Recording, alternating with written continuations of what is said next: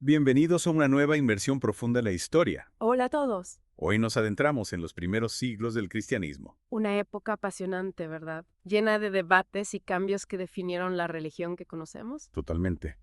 Vamos a explorar momentos clave como el Concilio de Nicea, el arrianismo y el ascenso de obispo de Roma. Descubriremos cómo estos eventos moldearon la Iglesia y cómo su influencia llega hasta nuestros días. Comencemos por el Concilio de Nicea, año 325 después de Cristo. ¿Qué era exactamente un concilio ecuménico y por qué este fue tan importante? Imaginen una gran reunión, una cumbre mundial de la Iglesia primitiva. Ujú. Un concilio ecuménico reunía a obispos de todo el Imperio Romano para debatir cuestiones doctrinales Ya veo. y tomar decisiones que afectaban a toda la comunidad cristiana. El Concilio de Nicea fue el primero de este tipo, convocado por el emperador Constantino, Ujú. y su importancia radica en que marcó un antes y un después en la historia del cristianismo. No solo buscaba unificar la Iglesia frente a las disputas doctrinales, Claro. sino que también reflejaba la creciente influencia del cristianismo en el Imperio Romano. Era un momento crucial, ¿no? Donde la iglesia se estaba definiendo a sí misma. Exactamente. ¿Y cuál fue el principal motivo de controversia en este concilio? La gran controversia, sin duda, giraba en torno a la figura de Jesús, su Ah, relación con Dios Padre. Un sacerdote llamado Arrio había planteado una doctrina que desafiaba la creencia tradicional en la divinidad de Cristo. interesante. Esta doctrina, conocida como arrianismo, afirmaba que Jesús era un ser creado por Dios, O sea, subordinado al Padre y no de la misma sustancia divina. es decir, que el debate se centraba en la naturaleza misma de Jesús. Así es. ¿Cómo se posicionaron los diferentes bandos en este concilio? El arrianismo causó un gran revuelo. Me lo imagino. Los obispos que defendían la visión tradicional argumentaban, basándose en las Escrituras, que Jesús era Dios de Dios, luz de luz, Dios verdadero de Dios verdadero. Una frase poderosa. Como luego quedaría reflejado en el credo niceno.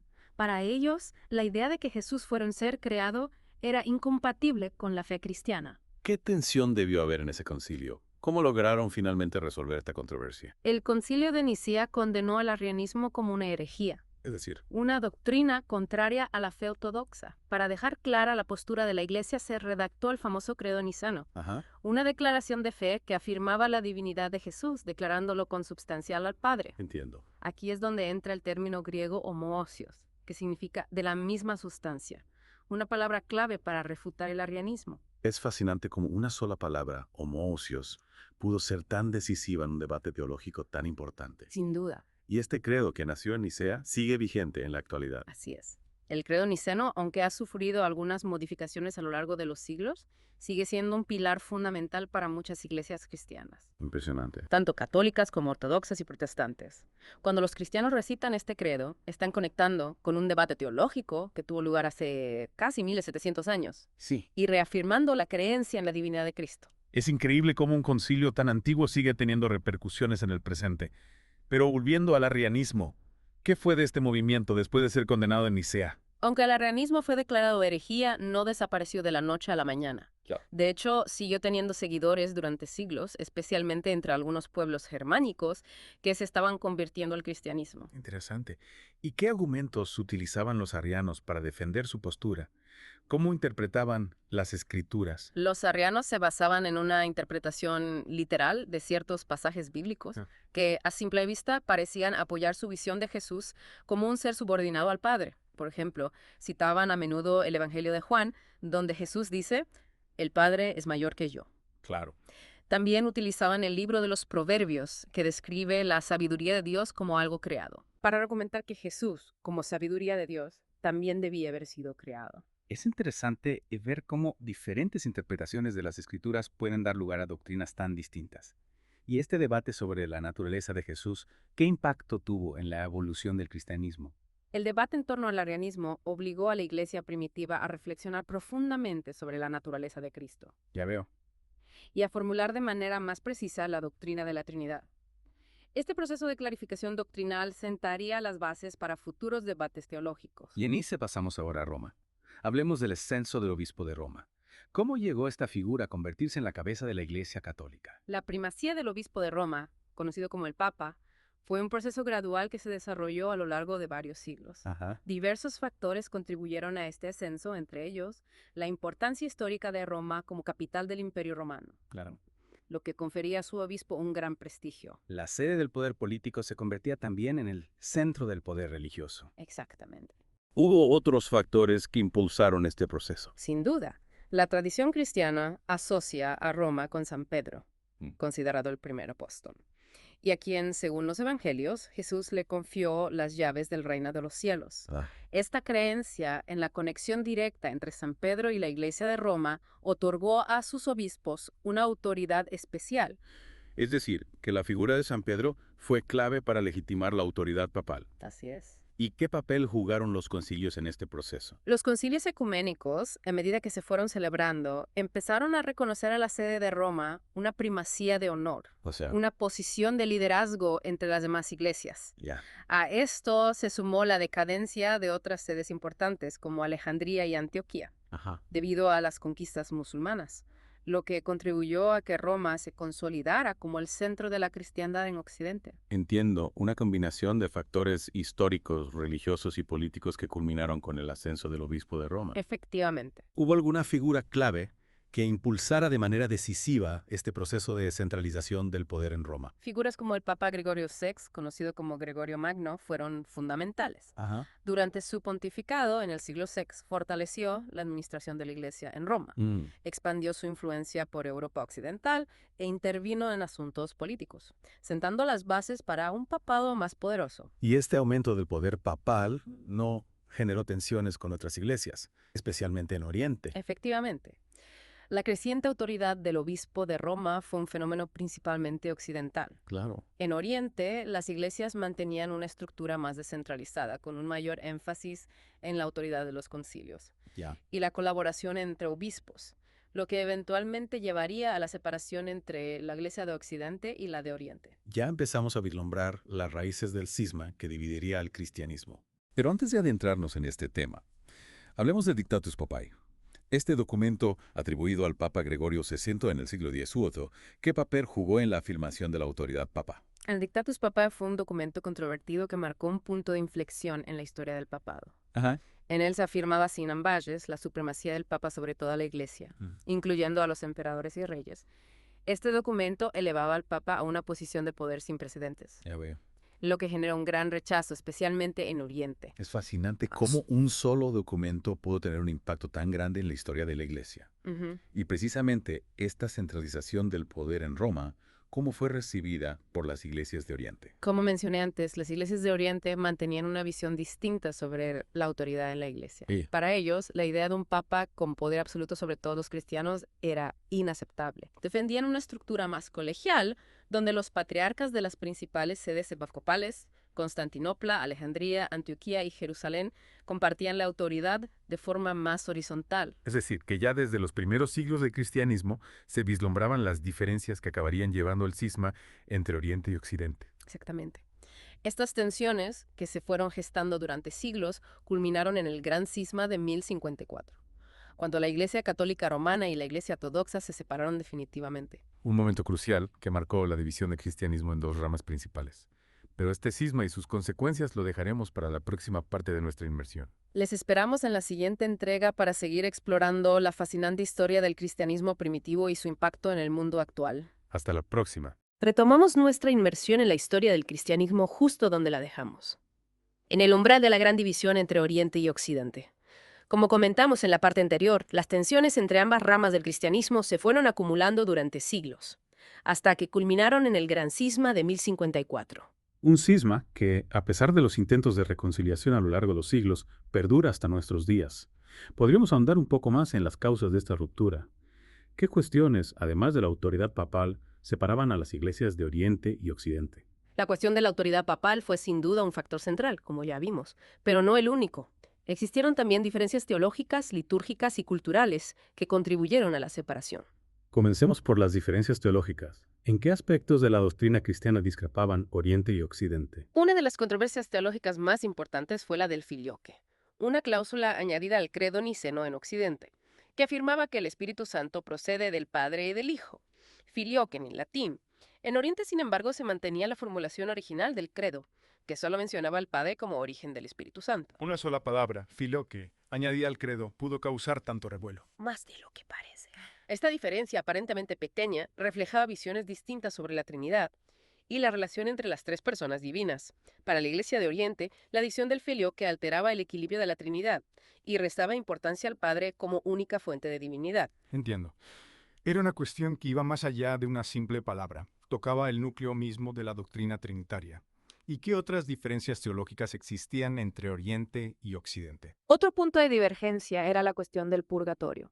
La Iglesia Católica Romana había desarrollado la doctrina del purgatorio, un estado intermedio después de la muerte donde las almas se purifican antes de entrar en el cielo. En Oriente, esta doctrina no era aceptada de la misma manera. Si bien se creía en la posibilidad de purificación después de la muerte, no se concebía como un lugar específico o un estado intermedio. Es decir, que la visión oriental del más allá era distinta a la occidental.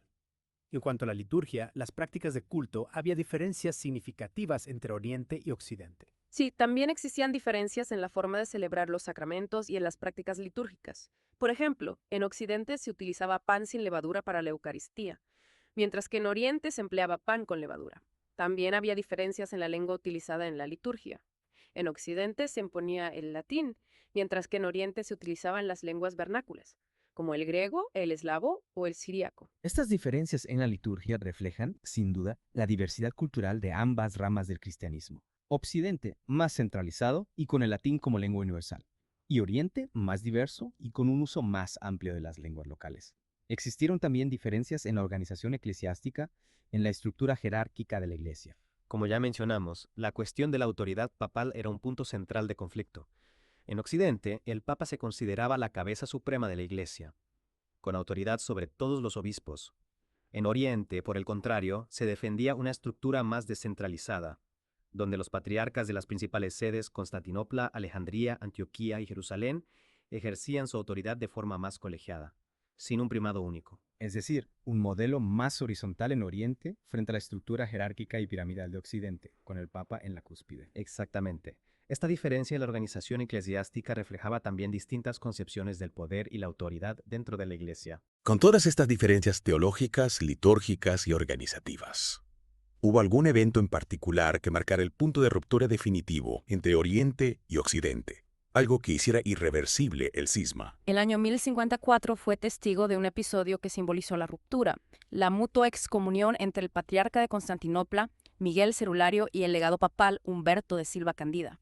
Humberto, enviado por el Papa León X, acusó a Cerulario de herejía por rechazar la autoridad papal y algunas prácticas occidentales. En respuesta, Cerulario excomulgó a Humberto y rompió la comunión con Roma. Un enfrentamiento que tuvo lugar en plena iglesia de Santa Sofía, en Constantinopla. Debió ser un momento de gran tensión y dramatismo. Sin duda. Este episodio, conocido como el Cisma de Oriente, selló la división entre ambas ramas del cristianismo. Una división que se ha mantenido hasta nuestros días. ¿Y este cisma? ¿Qué impacto ha tenido en la historia del cristianismo?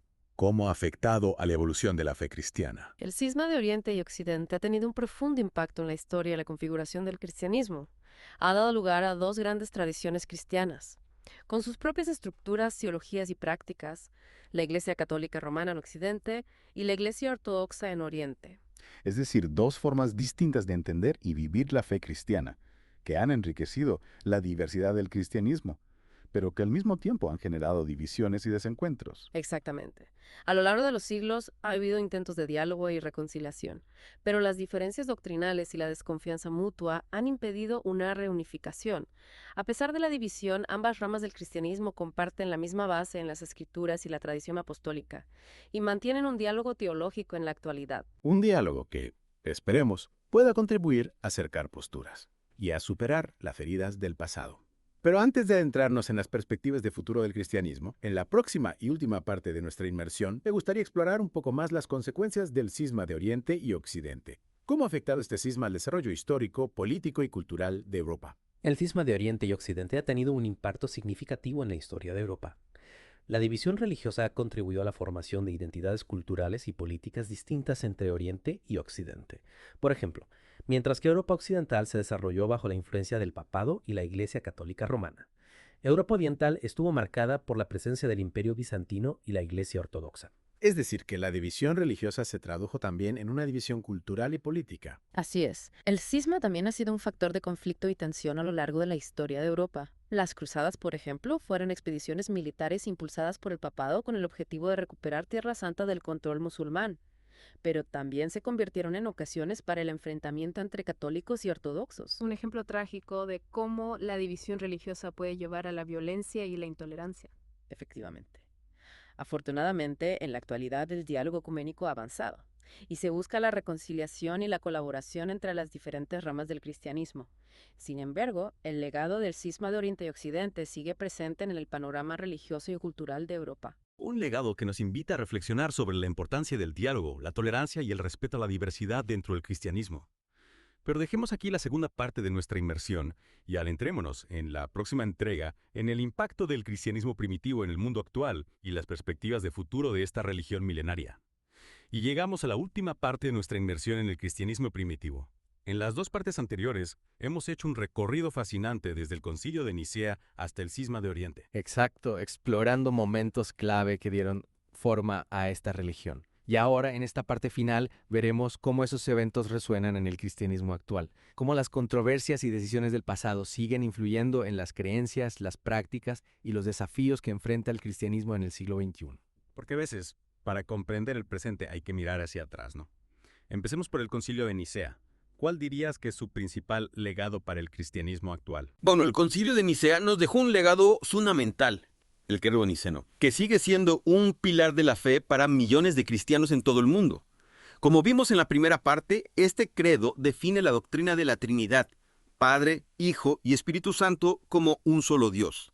Y aunque ha habido debates y diferentes interpretaciones a lo largo de los siglos, la esencia de esta doctrina, tal como se formuló en Nicea, sigue siendo central para el cristianismo. Es decir, que cuando los cristianos de hoy recitan el credo niceno, están conectando con un debate teológico que tuvo lugar hace casi 1600 años. Es increíble cómo las ideas del pasado pueden tener tanta fuerza en el presente. Y hablando de debates del pasado, ¿qué rastros del arrianismo encontramos en el cristianismo actual? ¿Hay grupos o corrientes que mantengan ideas similares a las de Arrio? Aunque el arrianismo como movimiento organizado desapareció hace siglos, algunos grupos cristianos contemporáneos mantienen ideas que se asemejan a sus postulados. Por ejemplo, los testigos de Jehová, aunque no se consideran arrianos, comparten la creencia de que Jesús no es igual a Dios Padre, sino un ser creado. También hay otros grupos menos conocidos que se identifican abiertamente como arrianos y rechazan la doctrina de la Trinidad. Es decir, que las controversias del pasado a veces resuenan en las creencias del presente.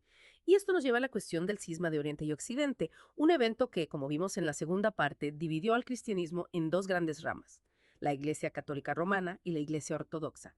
¿Cómo se proyecta esta división en el futuro del cristianismo? ¿Se vislumbra algún camino hacia la unidad? Bueno, el cisma de Oriente y Occidente sigue siendo una realidad en el siglo XXI y su impacto es innegable en el panorama religioso actual. La división entre la Iglesia Católica Romana y la Iglesia Ortodoxa perdura, a pesar de los esfuerzos de diálogo y acercamiento que ha habido en las últimas décadas. Entonces, la reunificación entre ambas iglesias parece todavía un objetivo lejano. ¿Cuáles son los principales obstáculos que impiden la reconciliación? Pues las diferencias doctrinales acumuladas durante siglos siguen siendo un punto de fricción. La cuestión de la autoridad papal, el filioque, el purgatorio, son temas que todavía separan a católicos y ortodoxos. Además, hay un peso histórico, un lastre de desconfianza y recelos mutuos que no es fácil de superar. Son heridas del pasado que no se cierran de la noche a la mañana. A pesar de estas dificultades, hay señales esperanzadoras. Se puede ser optimista. Afortunadamente, sí hay motivos para el optimismo. En las últimas décadas, el diálogo ecuménico ha avanzado de forma notable.